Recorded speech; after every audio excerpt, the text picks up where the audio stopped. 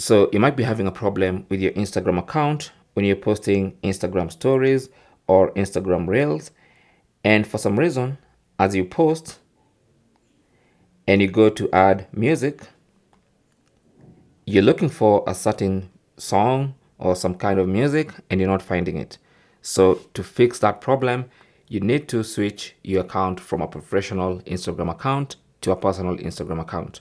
Now, anytime you convert your account to a professional Instagram account, or anytime you're searching for music with a professional Instagram account, there's going to be some music that's going to be missing because Instagram is trying to keep things professional.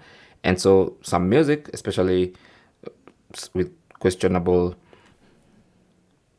lyrics or trends, they're gonna be hidden from the search or from the search function. Okay, so the only way you can get all the music you want or you can get any song you want is to just go to the settings of your account and convert your professional Instagram account to a personal Instagram account. That's the only way you can fix that.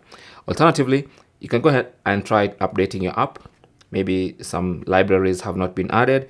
If you're running the latest version, then the only option is to convert to a personal Instagram account.